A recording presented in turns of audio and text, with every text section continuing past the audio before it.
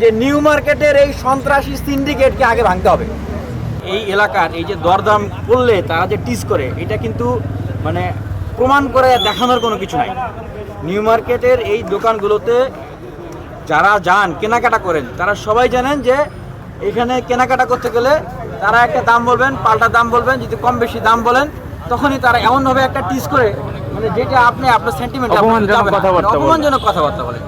এইটা তো হইতে পারে না ভাই, এটা কোনো মানে সভ্যতা জ্ঞানের জায়গা থেকে এই জিনিসগুলো তো হইতে পারে না। একটা সভ্য রাষ্ট্র সভ্য সমাজ ব্যবস্থা এটা তো হইতে পারে না। সেই জায়গা থেকেই ঢাকা বিশ্ববিদ্যালয়ের শিক্ষার্থীরা তারা প্রতিবাদ করতে গিয়েছেন। তাদের সাথে যে কাজটা করেছে সেটা তো আরও বড় একটা কাজ করেছে, যে তাদেরকে ধরে সেখানে পিটাইয়া মারছে। ভাই তারা কারা?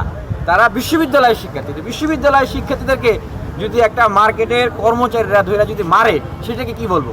আমরা যেটা জানি সেটা অনেক আগে থেকেই জানি, সেটা কি যে এই মার্কেটগুলোতে সিন্ডিকেট কাজ করে। সিন্ডিকেট তারা হলো সন্ত্রাস বলে, সিন্ডিকেট পোষে। তারা শিক্ষার্থীদেরকে যেভাবে মারতেছে, শিক্ষার্থীদেরকে তো আজকে প্রতিবাদ হচ্ছে, কিন্তু যদি শিক্ষার্থী না হয়ে তারা যদি ঢাকা শহরের অন্য কোনো জায়গা থেকে সাধারণ মানুষ হয়ে আসতো, আজকে যে প্রোটেস্টটা দেখতেছেন বিচারের জন্য যে আমরা দাবি জানাচ্ছি, প্রশাসন নড়াচড়া করতেছে, সেইটুকু করতো না। এমনভাবে তারা সেখানে সিন্ডিকেট বানায় রাখছে। আমাদের বিশ্ববিদ্যালয়ের শিক্ষার্থীদের পক্ষ থেকে নাম্বার 1 দাবি হচ্ছে যে নিউ মার্কেটের এই সন্ত্রাসী সিন্ডিকেটকে আগে ভাঙতে হবে। তাদেরকে চিহ্নিত করতে হবে যে এই নিউ মার্কেট এলাকায় এই দোকানগুলো 5 আগস্ট আগে আমরা দেখতাম যে একটা গ্রুপ নিউ মার্কেট এলাকায় তারা দোকানগুলো নিয়ন্ত্রণ করতো না ভাই। 5 আগস্টের পরে এখন নিউ মার্কেট এলাকায় কারা আসলে এই সন্ত্রাসী কায়দায় দোকানপাটগুলো নিয়ন্ত্রণ করতেছে। 2 নম্বর দাবি, আমাদের যে বোনকে এইখানে লাঞ্ছিত করা হয়েছে, আমাদের যে ভাইদেরকে আহত করা হয়েছে, এর জন্য প্রশাসন যথাযথ ব্যবস্থা নিতে হবে, কোনো ফাঁকি ব্যবস্থা না।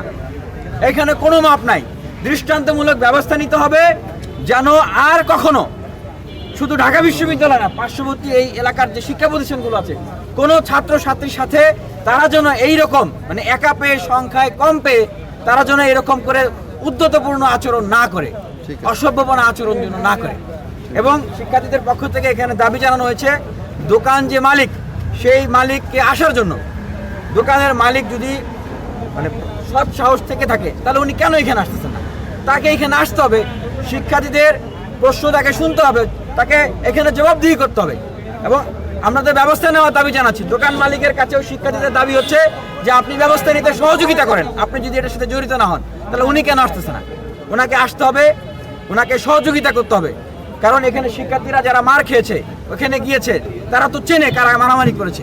দোকান মালিক আসলে তাদেরকে সহজে আইডেন্টিফাই করে দিবে, দোকান মালিক কেন আসতেছে না? এটাই শিক্ষার্থীদের এখানকার প্রোটেস্ট, এই জন্যই এখানে সমবেত হওয়া। আমাদের এখানে বিশ্ববিদ্যালয় প্রশাসন প্রক্টোরিয়াল টিম তারা এখানে এসছেন, বিশ্ববিদ্যালয়ের বিভিন্ন শিক্ষার্থীরাও এখানে আছেন।